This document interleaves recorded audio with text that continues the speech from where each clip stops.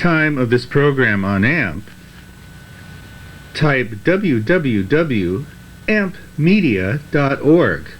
Then click on Programming. Then click on Schedule. Then go to the bottom of the screen and look for the search and the blank.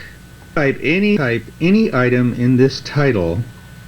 Mark Mills, Architect. You will find the time of this program.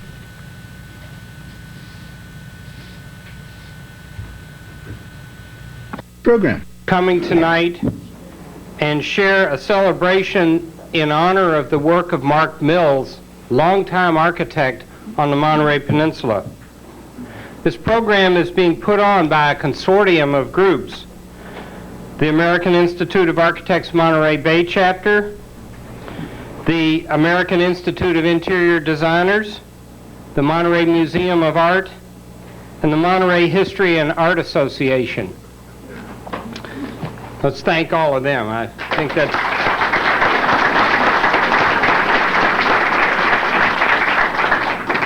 in addition to that, we have two great historians who have worked very hard to put the program together. One of them is standing next to me on my right.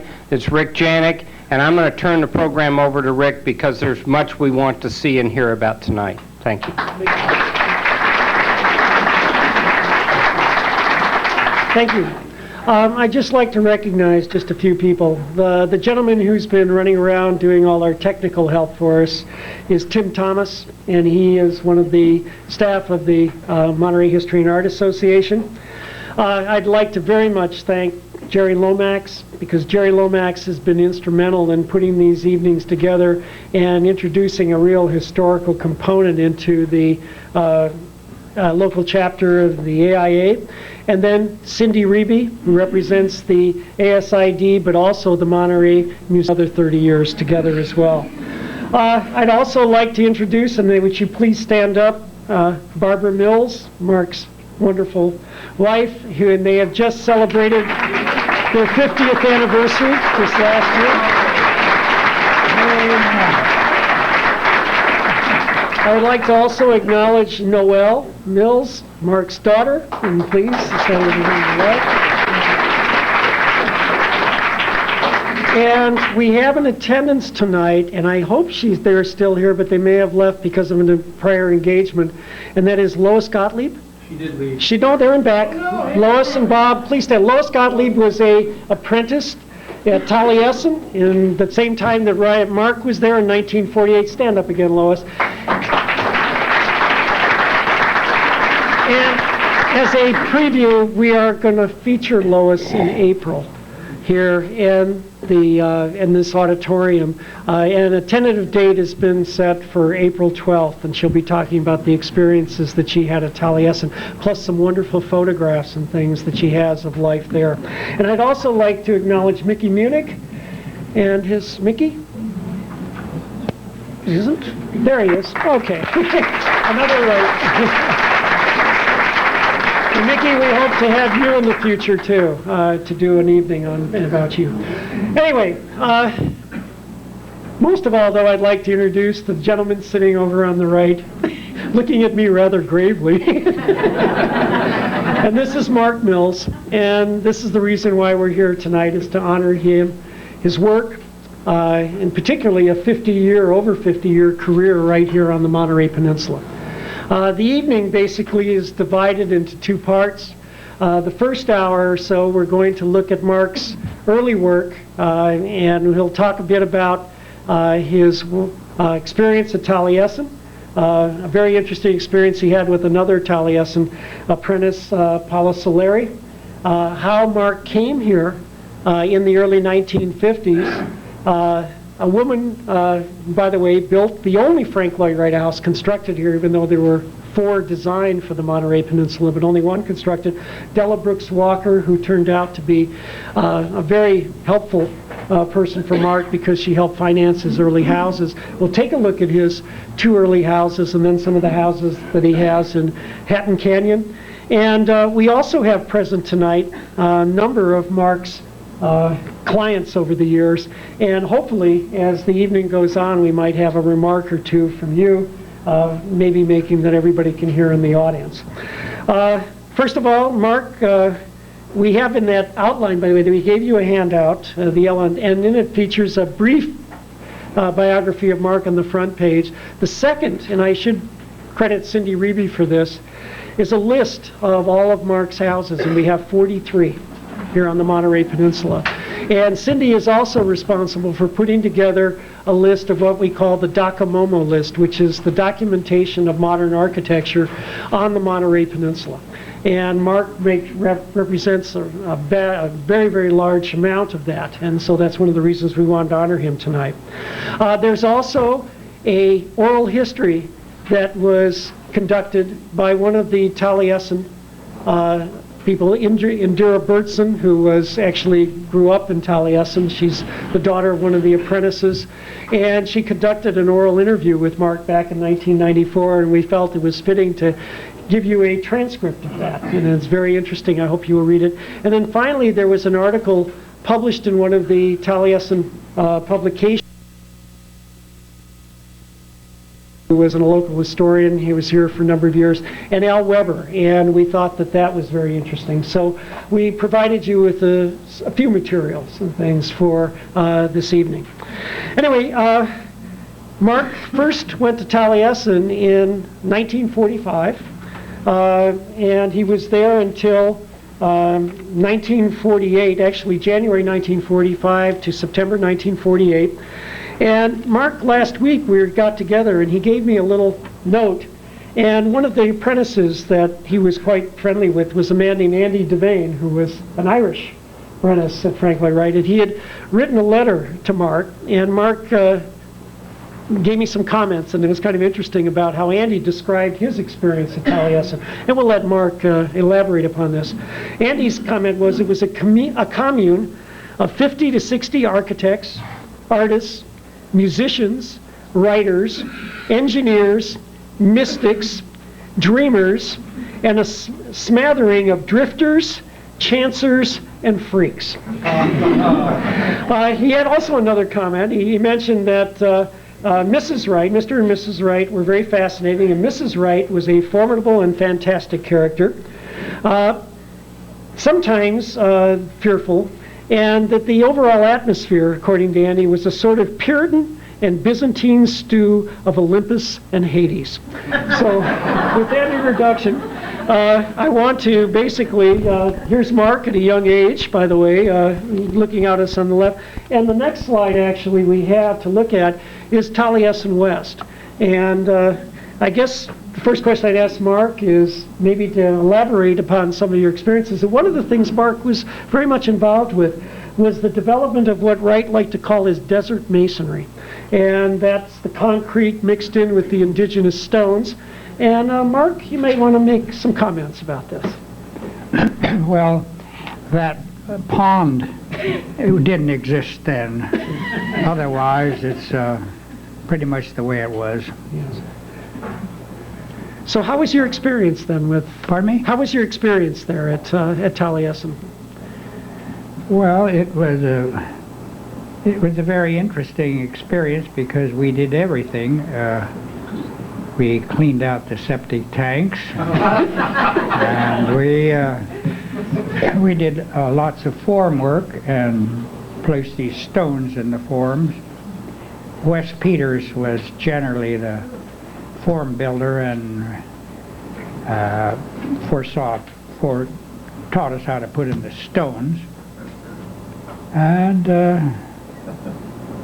we learned how to cook. And we served the food to his clients. They ate the same food that we did, so Mrs. Wright oversaw the kitchen, and the food had to be acceptable for clients and for the Wrights themselves, and also we ate the same food. So we did a lot of kitchen preparation work. We had 3 regular cooks. We rotated. depending upon whether you were there on a scholarship or not. I was there on a scholarship, so I did quite a bit of cooking in the kitchen.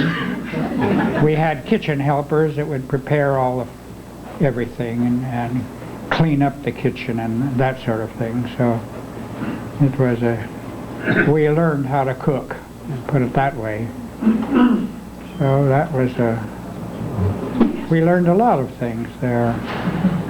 Okay. How did the scholarship work, actually, Mark? How did it work? Yes. Was it a sort of a grant or just... Well, everybody was assigned to certain duties. One duty was they had to be cooks for breakfast, so they had to get up early in the morning and prepare everything for breakfast. Then the other cooks did the lunch and the dinner. We had to make the bread, the desserts. We made everything. And we had big bowls these huge bowls and we'd knead the dough into the bowls, and we'd also knead in our perspiration into the dough. It was very... So this was in lieu of actually paying fees, because the apprentices actually paid for the privilege, basically, of working with Mr. Wright. Did everything. They learned to do everything. Yes. Which was... Now, specifically, what was entailed with creating the formwork and producing this desert masonry walls? What was what? How were the desert masonry walls formed and your interaction with doing that? The preservation, well, I don't know too much about that. No, just the creation of the walls and the desert masonry and how that evolved. Well, it was an ideal form of masonry because there were these rocks that were fired with red and black, and they were fairly flat, and they could be tipped into the forms to give them some depth. So we learned a lot about form work. In fact, when I came to Carmel, I was able to do some form work on some of these houses that I built. You will be seeing that, yes. On 13th and Mission. This happens to be the interior of Mr. Wright's home quarters, and one of the interesting details here were the use originally of canvas sliding roof panels and also redwood trusses, but later I understand these were replaced by Corten steel and actually plexiglass because of the well, the redwood took a beating in it was green, and it had to be bolted together frequently. The canvas, I think later on they had put in plastic. Yes. Instead of the canvas, but that was Egyptian canvas. So they'd get it by big bolts of canvas. A wonderful canvas. And they could slide it back at night and actually view the stars. And they what? They slid it back at night, the stars. And well, no, they didn't do anything with it. Once it was in place, it was there until the rains rotted it out.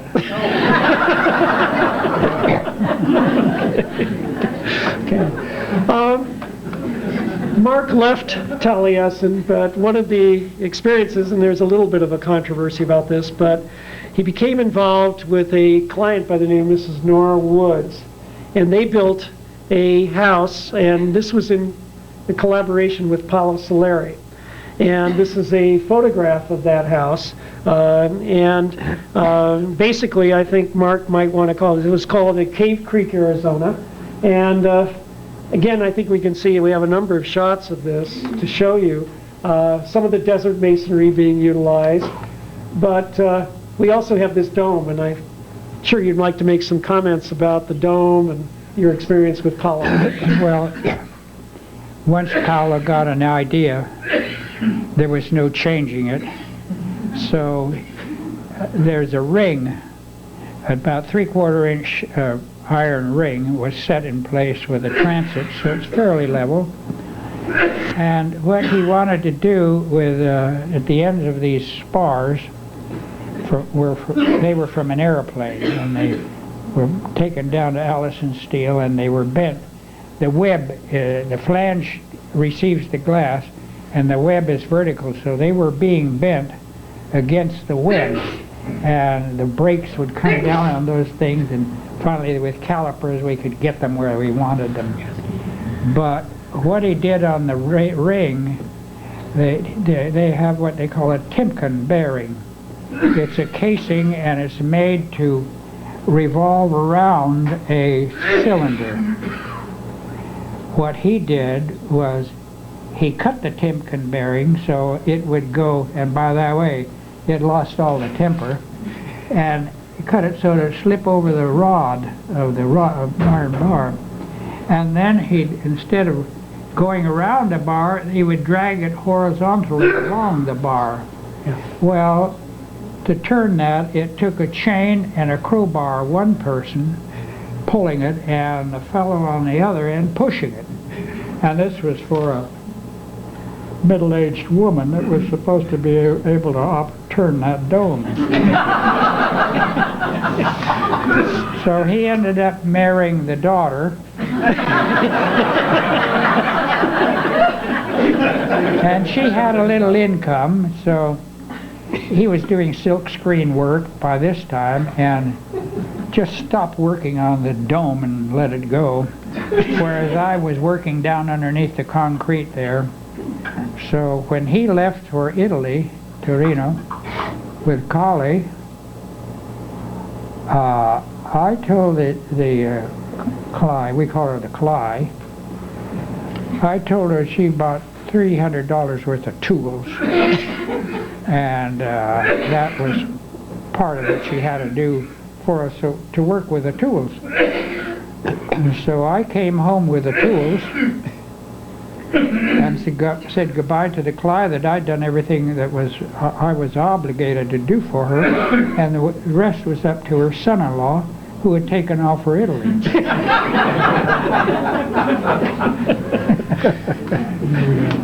A sad story.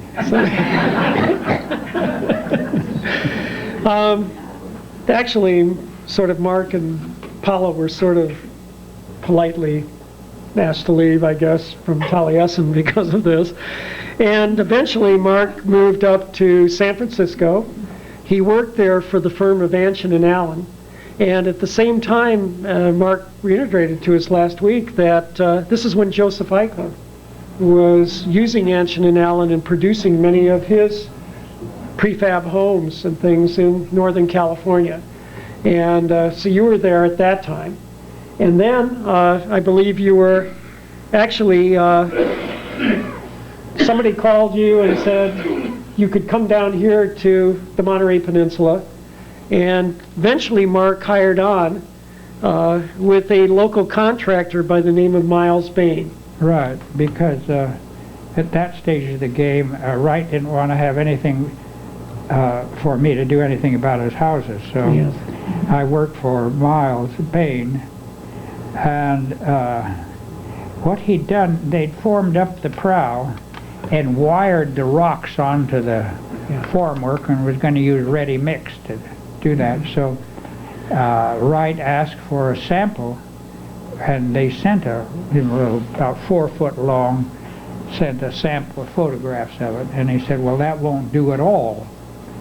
And because those rocks should have been done with a hand mix, and the rocks put in by hand and that kind of thing. So, but this was already mixed, and it was just a disaster. So they tore down all the formwork and unwired all the rocks, and then the owner decided, or Wright decided, along with the owner, that the best solution to the problem, since they couldn't do it right with these Arizona masonry, to use chalk rock.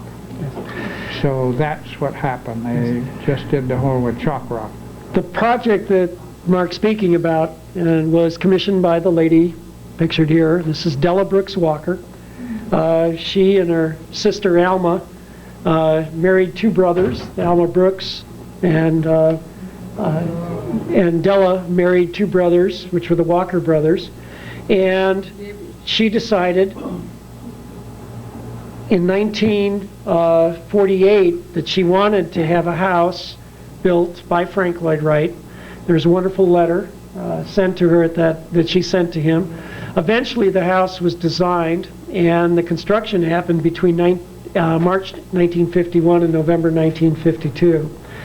And this was the only house, one of three, that was eventually, or four, that could have been built all on the sea here in Monterey Peninsula. One of them would have been up in Pebble Beach for a man named John Nesbitt. One would have been around the Carmel Point just above Stewart Beach that eventually the actress Jean Arthur acquired.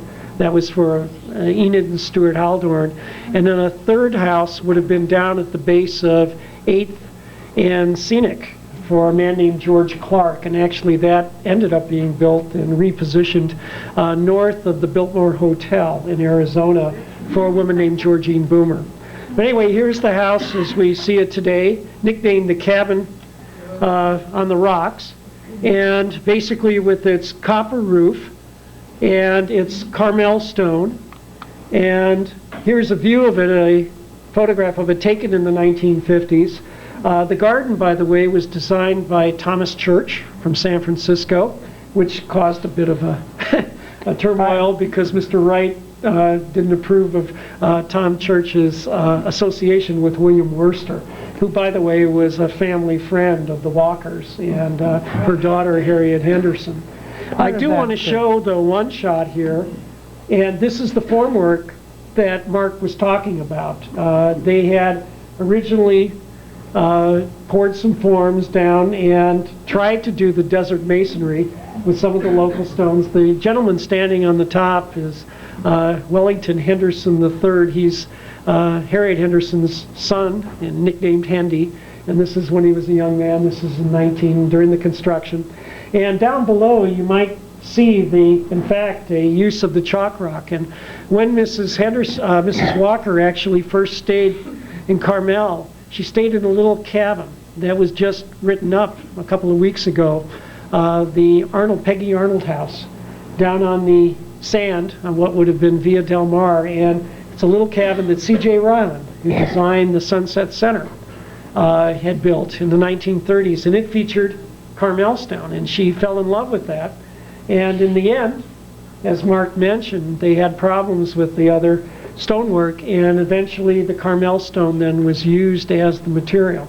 And Mark, you worked then with Miles Bain, as he was the local contractor. There was a man named Walter Olds who worked with Aaron Green, one of Wright's apprentices up in San Francisco, who came down and helped supervise certain details and things at that time. Can you back up and show a picture of the house? Sure. Whoops. Something happened.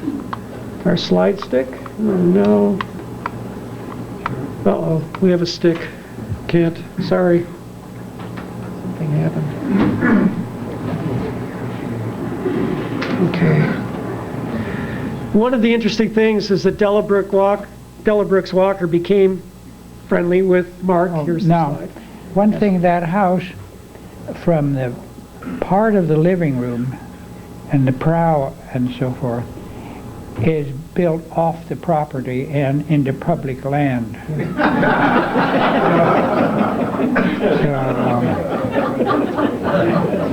That was built before they had a building department. I think the only thing that they had was Floyd Adams or something with the sewage, but there was no other.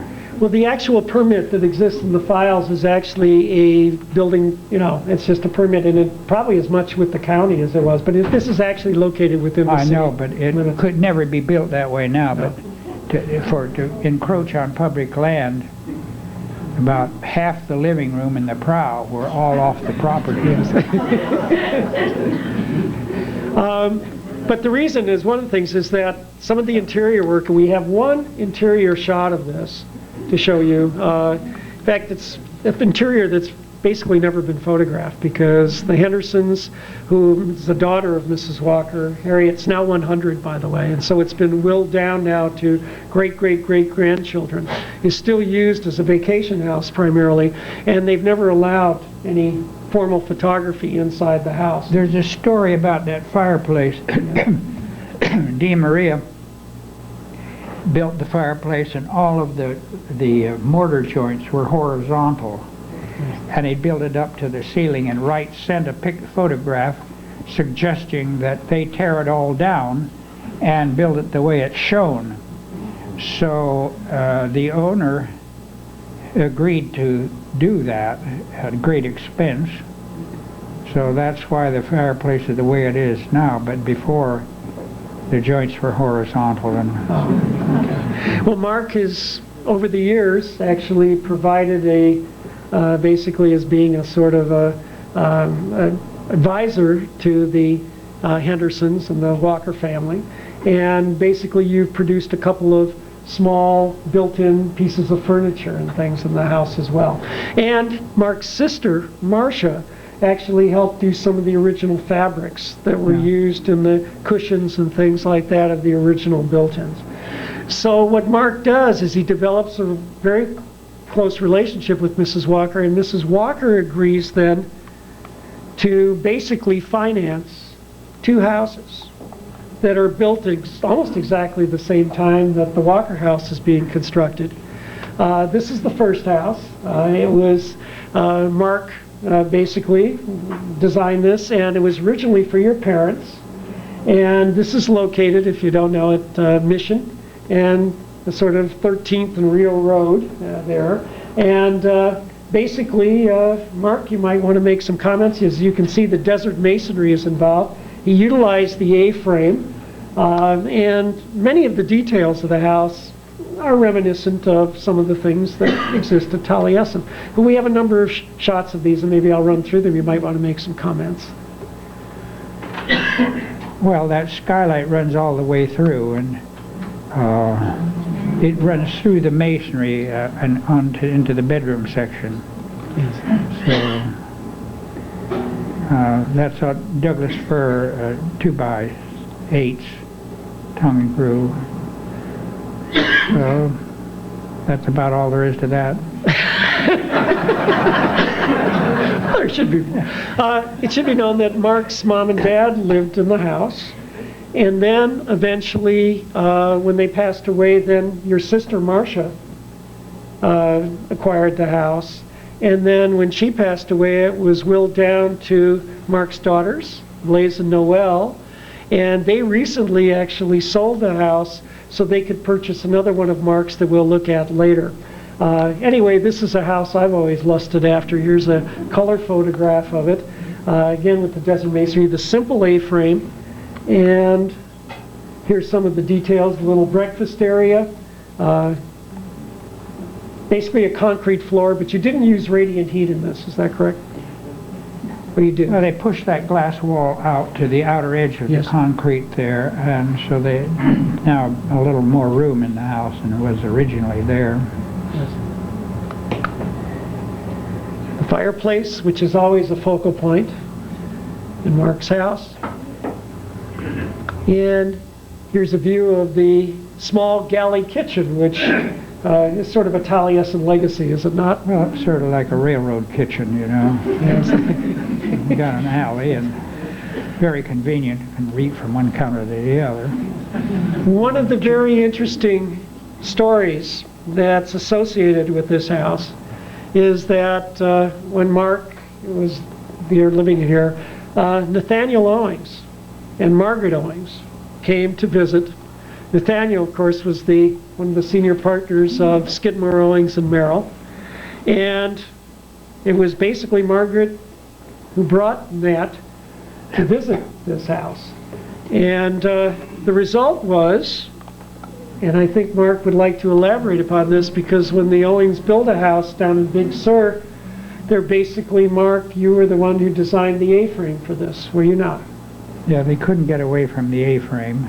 And then Nat Owings, the wing that comes into the side of the hill, all those trusses are pinched off one of the Frank Lloyd Wright Taliesin buildings in the desert.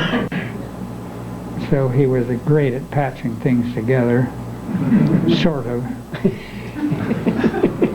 Okay. Now, Della actually financed this for sort of as a spec house then. And you had to do much of the basic construction yourself, didn't you? Well, I provided all of the working drawings and the structural calculations and so forth from an engineer in Carmel. Yes. Now these, you know, in the Frank Lloyd Wright house, the walkways are very narrow. Two people have to pull them stomachs in to pass, you know.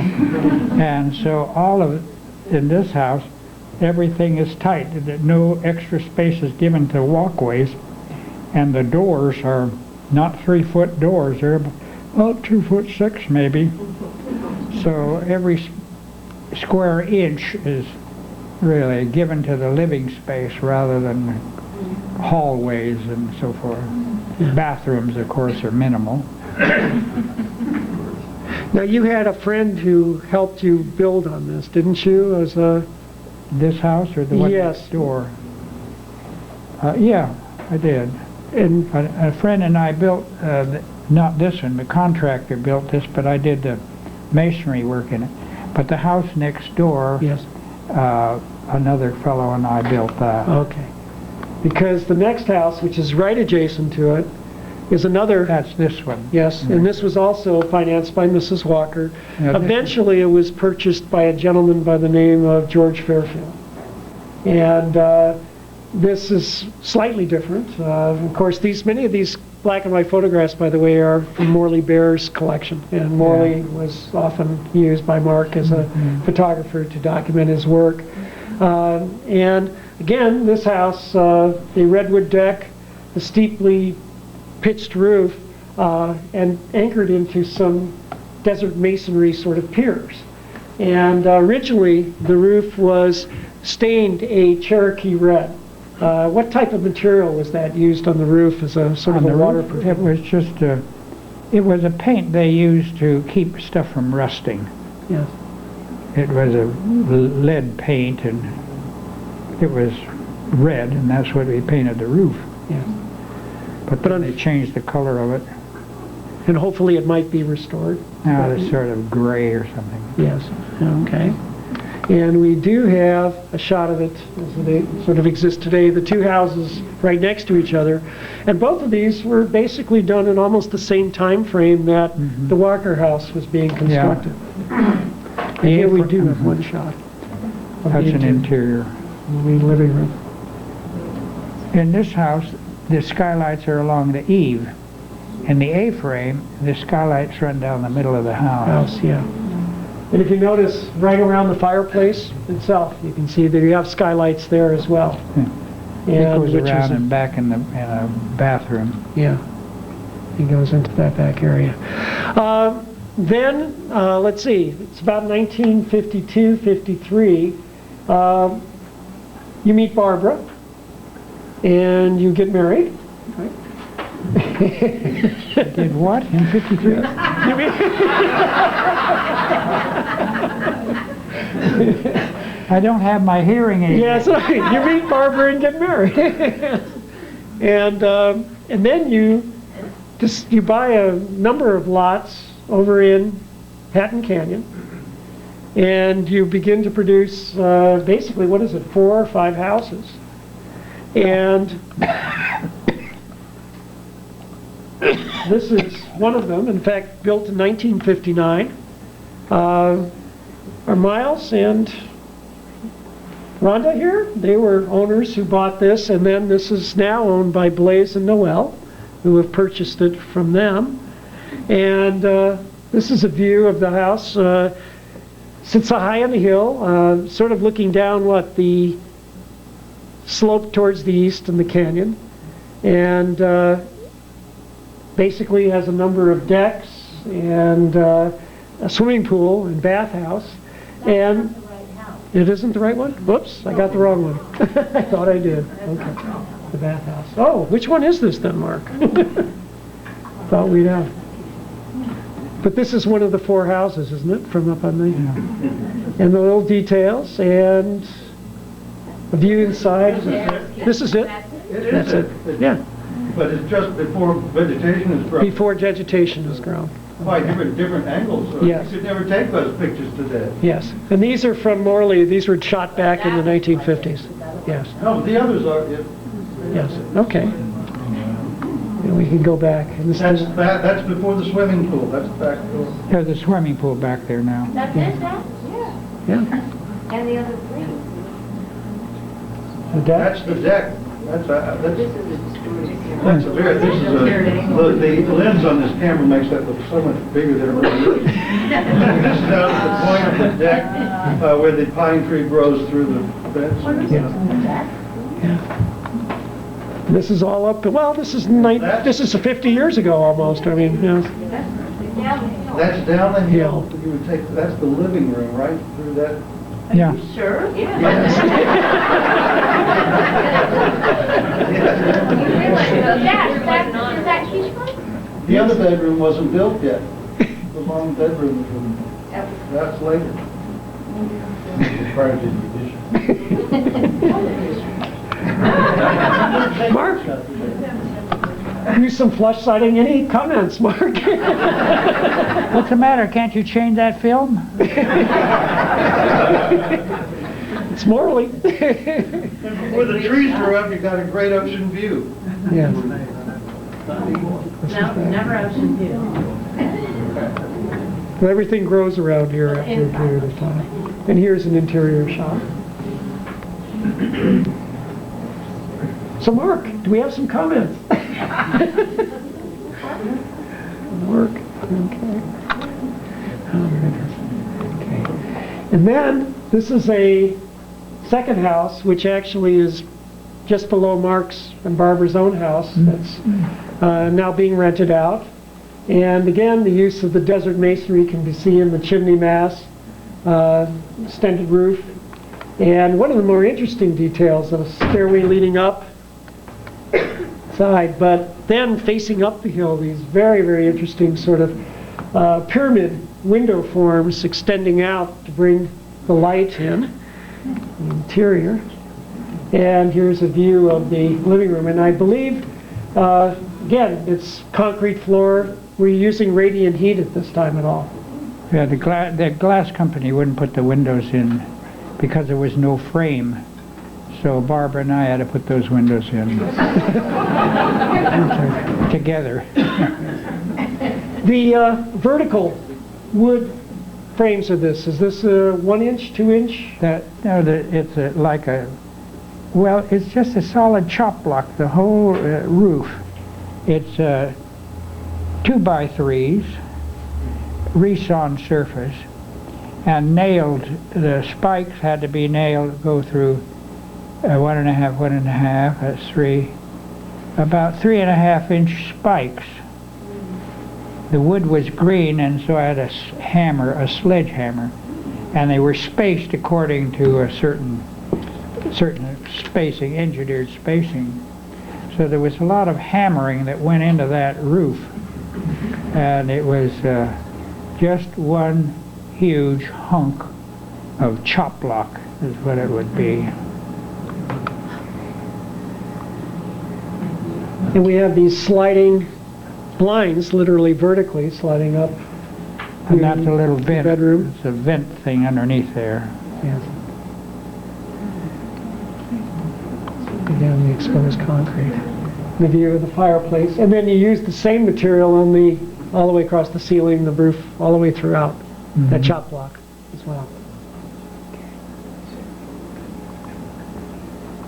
And the small dining area, featuring partially a built-in wall and then the folding chairs and simple table as well.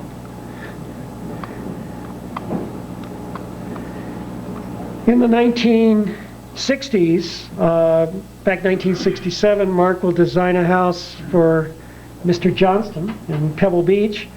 And this house is now currently owned, and are the Kaufmans, please raise their hands down here in front, are with us tonight, Norman and Carol Kaufman. And this has become a labor of love, and I should point out that Cindy Reby has actually been collaborating with Mark and the Kaufmans for doing some interior design work on this house. And as Carol mentioned, I asked, how's the project going to be finished? And she says it's one of these projects that will seem to go on forever. These are, again, some photographs done from Morley Bear, and here looks like you're using some granite stone in the what looks to be like the chimney mass and the wall masses. Is that true? Mm-hmm. Granite. There's a wing that takes off to the left of that house, so that the kitchen has been enlarged to a large kitchen. And the garage is another garage and so forth. So that house has been expanded. And here's a plan. Sort of basically an L form, the living room leading out to a terrace. Interestingly, a bathroom core sort of on the angle, and then leading out towards the driveway, and I guess basically it's a garage or carport area. And as you say, this has been expanded though from the original form. Yeah, right. The plan has been expanded considerably. View of the fireplace. One of the things Mr. Wright always emphasized was the fireplace, the hearth, as being sort of the anchor bolt in the center of the house. And Mark, that seems to be a trademark of yours as well, correct?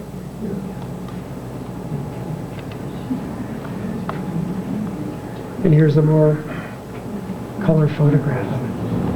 Trademark? Fireplace is a trademark with you? Yeah. Kind of a fireplace. The Kaufmans, do you have What's any that? remarks about your experiences in living in the house you might want to share with us? I just love living in the house because it seems to me like every single day as I go through the house, there's an angle that I haven't seen before. And it's like living in a piece of art. And every day I just feel so good with it. I think the Forest House is the only house that doesn't have a fireplace. That's because Nagel took it out.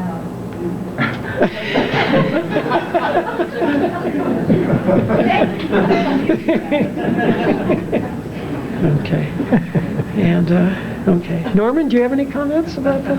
Like Carol says, you see different things every time you work out, and it's so peaceful. You look at it, you're living really in a glass house because you're surrounded. We can go out and we're right over the MPCC course, and we see right out into the ocean.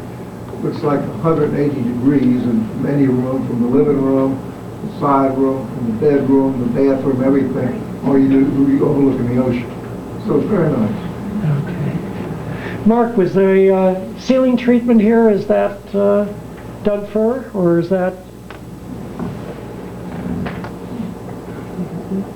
What's the question? Whether it's Doug fir being used on the roof? Of the house? Ceiling treatment, Doug fir? Was it Doug fir or some other material? Yes. The ceiling? Yes. It's redwood boards. Redwood boards. Yeah. And again, the stone is The basically. one by the framing is 2x6 framing, and the ceiling is I think 1x6 TNG Reson redwood boards. Okay. Yes. Alrighty. Well, basically, we could take a short break for about 15 minutes or so, and The show is over? no, Only Act One. it's only Act One, Oh, because no. when we come back, Mark moves into a very different direction. He starts to work extensively with concrete as his primary building material, and using all sorts of interesting vaulted spaces and things, and we thought that that would deserve a sort of separate treatment or so. And so basically, and then we have some of the clients here, people who are related to this, and then we're going to end the evening actually looking at a house that unfortunately is no longer with us, and we think that represents an interesting concept, because so many of our architects locally and things, many houses built 30, 40, 50 years ago can unfortunately be torn down. And so we're going to sort of celebrate a house that basically brought Mark international notoriety at the end, and we'll be looking at that as well. So please go out, finish up the hors d'oeuvres and wine, and we'll see you back here in about 20-25 minutes or so. So thank you. Good work. Oh no, we're going to be back early. I'm still here. He's doing good. You're doing very well. Very proud of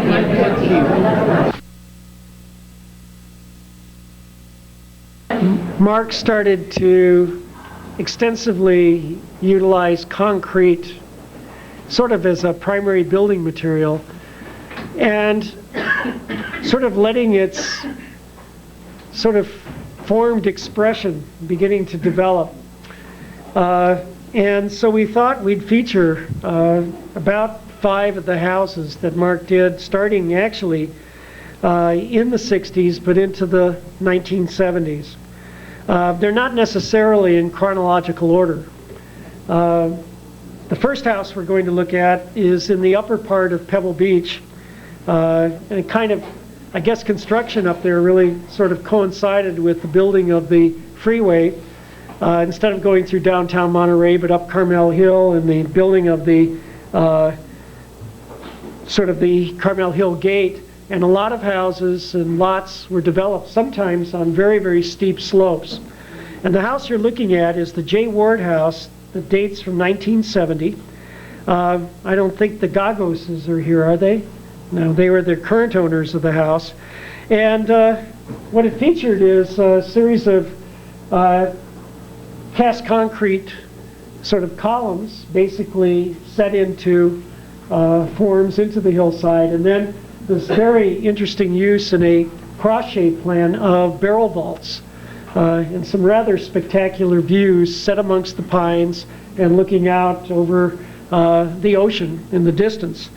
And I know Mark is pretty fond of this house to a degree, and I thought we'd show some slides, and maybe Mark would like to comment about some of the details. This is a view of it. Here's the entrance view with the fog in one night in the morning. And Mark, you might maybe want to make some comments? You want to comment? Yeah, I'll comment. Well, this roofing membrane is called a elastometric roofing system, a too-common goop that was used. And a man came down from San Francisco to inspect the surface of the roof, which was these arched things. They used to be able to get them. They were 6 inches thick, and they were used in commercial places. You saw quite a bit of that. So that's the structure of these arches are from those members. The roofing material has crushed walnuts in the surface to keep the sun from deteriorating the material. And these beams, these concrete beams, were the forms were from the highway departments. We used their forms, and then we placed the steel into the forms to take care of the particular structural cantilever situations that they have. So we had the use of the forms, and then when they were in place, it took cranes to set those things in.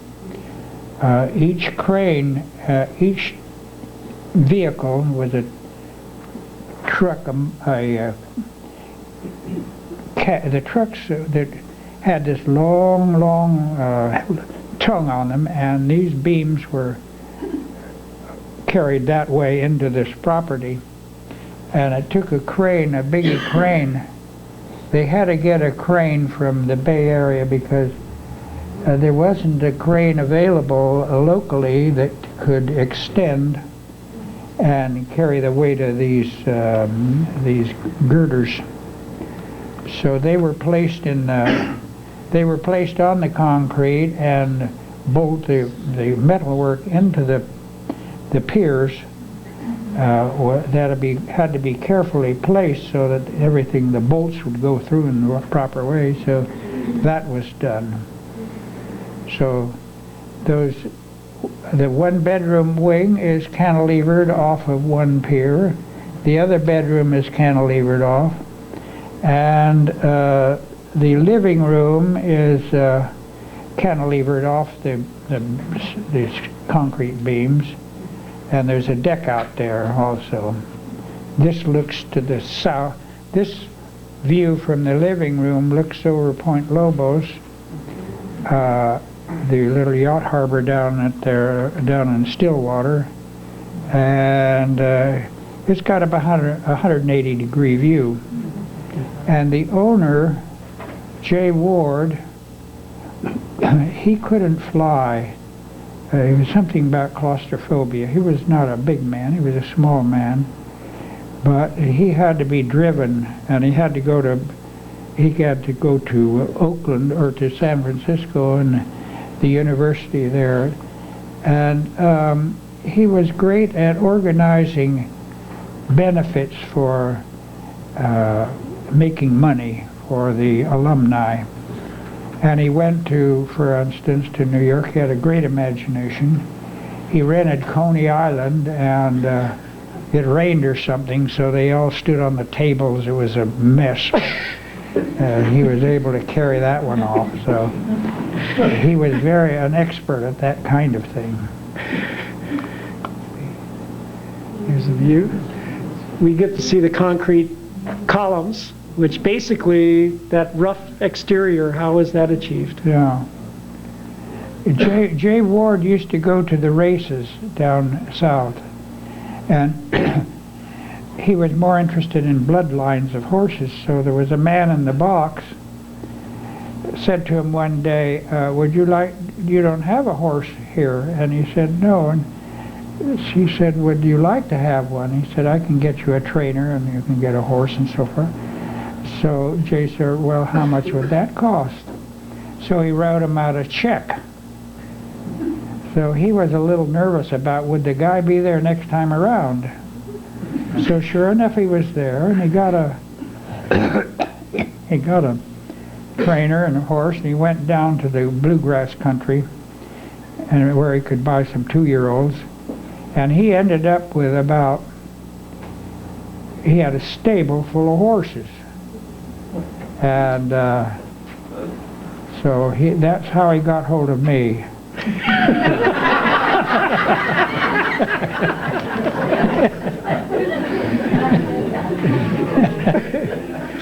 So the price of the house was going to be something. So when I told him the cost, Taylor Wheeler gave a preliminary figure, and then when the working drawings came in and he saw what I had to do, of course the cost jumped considerably. So I said to Jay Ward, I said, the only way to reduce the cost of this house is set it down on the ground. So you can think that over. So he phoned back in a day and he said, no, go ahead. And I thought, well, if he's paying so much for a horse, what would I care about what the house would cost him? You had to pay a big price for those horses. Does that concrete cantilever all the way from the column? Is the concrete what? Cantilevering out in the last all the way from the column. I didn't understand the question. Does the concrete cantilever out all the way from the column? Yes, it does. Okay. Those beams cantilever off. There they are. And they're tie rods, you see. They're screw up into the beams. They go down through the mullions, and they go through the floor framing, and they have a bunch of nuts down there. So it occurred to me one night before I went to sleep that some prankster could come in there and unscrew all the and the glass and the floor and everything would go down to the ground. So the first thing in the morning I went over and we had men I put another nut on the rod, and then smashed the thread so it couldn't be undone. And so the place was secure from pranksters anyway.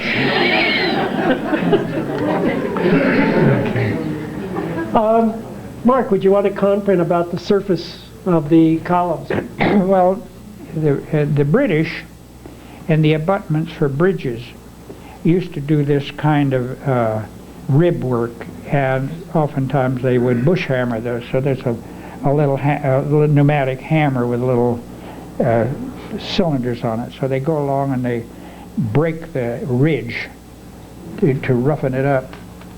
So that's what we did. Okay. It gives a little more texture, and you can scratch your back against it if you have a little problem. And if I'm not mistaken, you used two of the columns to basically frame the fireplace, did you not? Yes.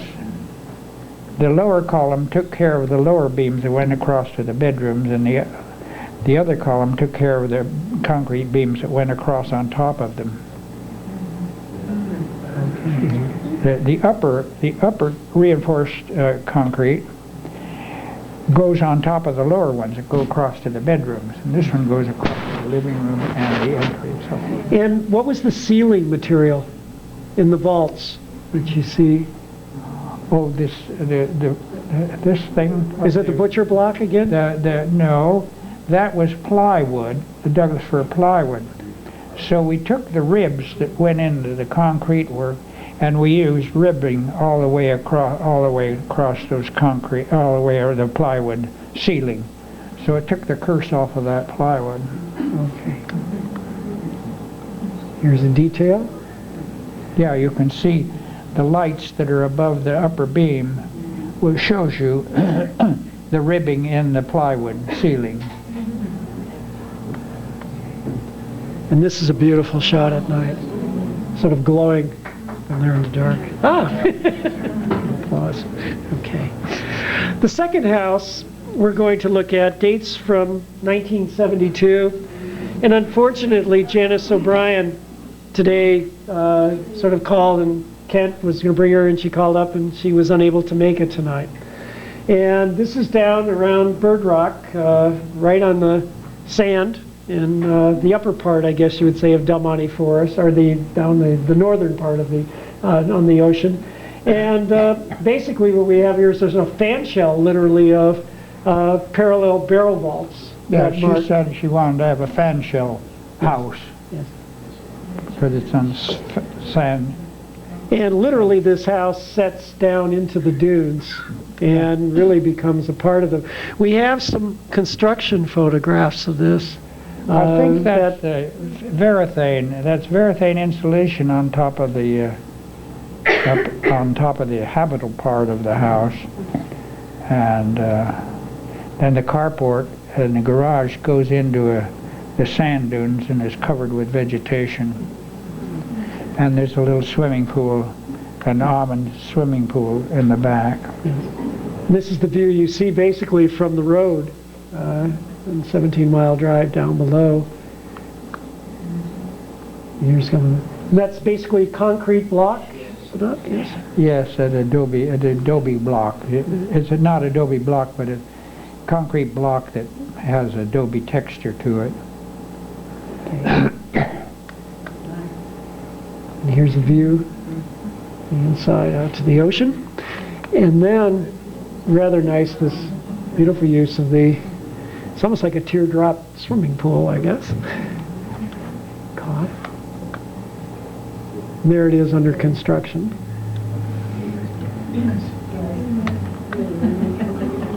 And another view from up on the hillside above.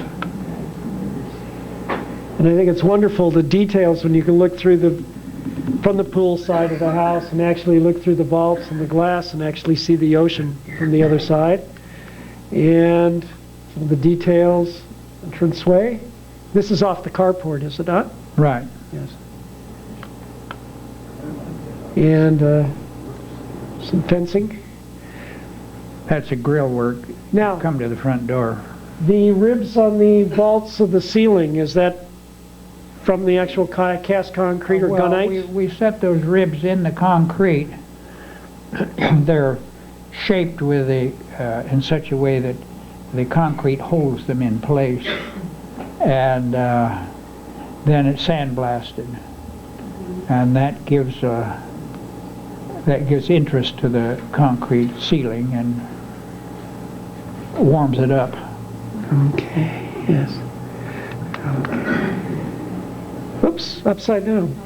No, it isn't. I'm sorry. It is. Okay, bad. What's that? The galley. It's a galley upside down. Oh. I'm sorry. Okay. The next house is located down the coast at Yankee Point. For June Haas, a man by the name of Jack Foster. I don't know if he's in attendance tonight. He's the current owner. Again, Mark is dealing with cast concrete, and is this gunite that you're working with primarily here? This was a gunite job on Yes. formwork. Which is sort of an air compressed concrete. It had also an elastrometric roofing system with the walnut shells crushed up in it, and it's colored. You can get the material in whatever color you want it. Yes. I think we have some remarkable images of this and how it sets into basically the cliffside or hillside, and the natural landscape flowing in around it, and some beautiful shots inside of looking down into these really sculptural vaulted spaces. Yeah, there's a little cove there that is interesting to look at. Yeah. The fireplace. Is that a parquet floor, it looks like? Well, that house is now owned by the fellow that has this development outside of San Francisco. Forgotten what his name is. Foster City? Foster, Jack Foster, yeah. Yes. And he's done a good job. He got rid of all that parquet floor, and it's now a flagstone floor, and it got rid of all the junky furniture she had. So they really did a good job.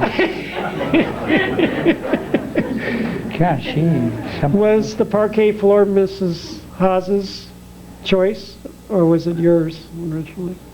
Well, the problem with her is that she and her husband traveled, he was a doctor or something, traveled all over the place, and she had all this French furniture with legs that are twisted and all that sort of thing. It was just terrible to see that in this house. Anyway, we got rid of that. It took a few years. Okay.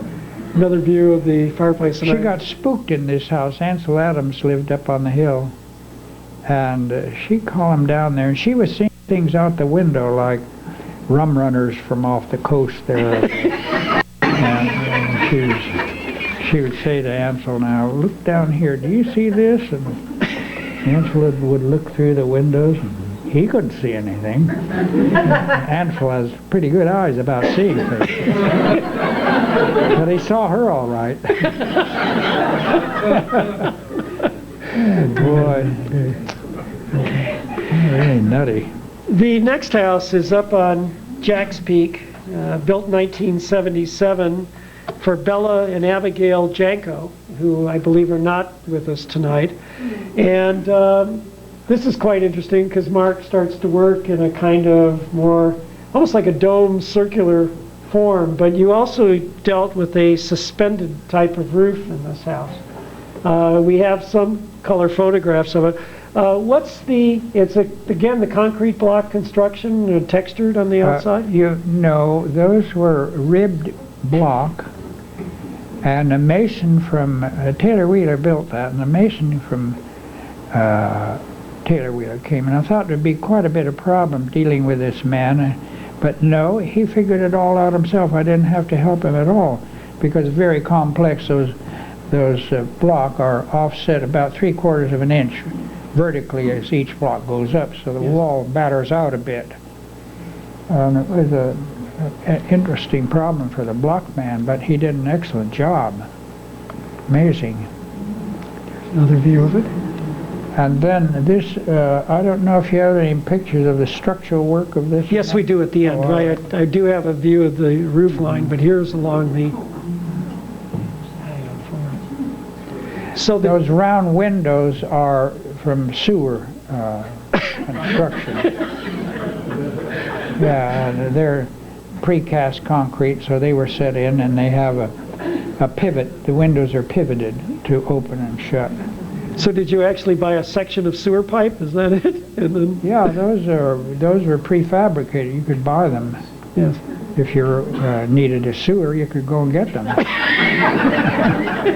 Did you have to specify a certain length, or did you just... No, I mean, I just drew it, and they had to find this stuff. So they did. Okay. The roof overhang, how was that achieved with the eaves themselves? Well, that's all reinforced. It comes to quite a bit. There's a photograph of all that reinforcing in there, and there's a triangular beam that comes from the fireplace up to this circle, which is a dome with rather large dome, and so it comes from the fireplace up like that, and then it comes down over the bedroom, one bedroom wing, and over the other bedroom wing like that, like a Y. That's heavily reinforced. Yes. You'll see it there. Those arched beams tie into the circular skylight dome. Then out of the beams are welded 3/4 inch rebars that deflect and make this sag, and they come into the brim here, and they're welded into this brim here, so you get this catenary sag, which you don't have to form. And then there's this mesh is put over it, and it's the union that does the plastering work. They're plasters, so they put planks over there, and they're the plaster worker, and some of that stuff oozes down through the mesh work. So underneath we took a broom and got rid of some of that. It gives a very interesting texture to the ceiling. Was this the first time you worked in this type of roof, or had you experimented with it before? No, this is the one-of-a-kind roof. You have to have a one-of-a-kind client to have a one-of-a-kind roof.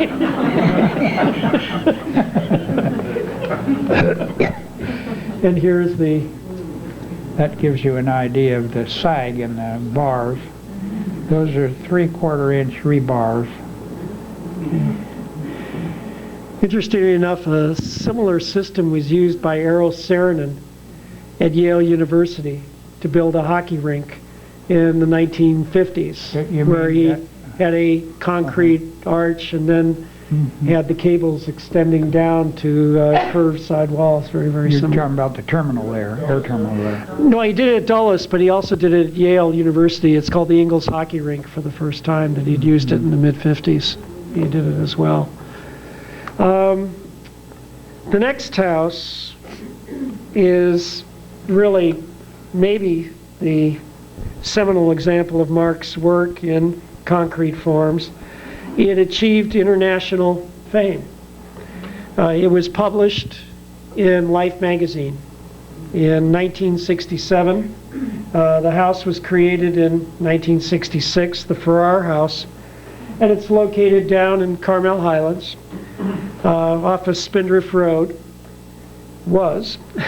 And here's a view of the house as it sets into this basically cliff that it is a good, 50, 60 feet above the ocean down below. And using cast concrete forms and also a copper spline, Mark created what we think is one of the most unusual and certainly one of the most sculptural houses that was probably created in the 1960s. Unfortunately, just about 10 years ago, this house was taken away from us. In the weekend here in Carmel, and one of the things we wanted to do is just give a little background and experience to the beach with Anson here, our son, and we came down for the sandcastle competition just to show him how and to enjoy the lovely weather here in Carmel. Ready? We're ready to tell you. What are we building, Will and Grace Ann? We're building a island with a castle on it, and the castle's like a pyramid, and we have palm trees and a moat, grass, and our place is called 50 Years of Paradise. And we have grass and sand too. And who thought of this idea? My grandma Janers. Oh, Janers, right. And are you working with your daddy? Yes. And he's your mixing mommy? up and Dad's mixing up the orange sand to make it more like an island. Yeah, and that's going to be like sand or water. And is the beach your favorite place to visit? Yeah. Thank you. Okay. All right, we've got the kids making a sea turtle, and we call this piece Honu, Hawaiian for sea turtle. Aloha Honu. Thanks, honey. Because we've got a peace sign on the top. That's the aloha part. I was born in Carmel, and so I've been doing this for years and years. We kind of continue it with the kids, and here's the latest edition, Ansel. And next year he'll probably be scraping sand. He really wants to get at it right now. But the kids have found some of the sandstone over here to accent a little color. And I just did most of the excavation work and let them do the artistic bits.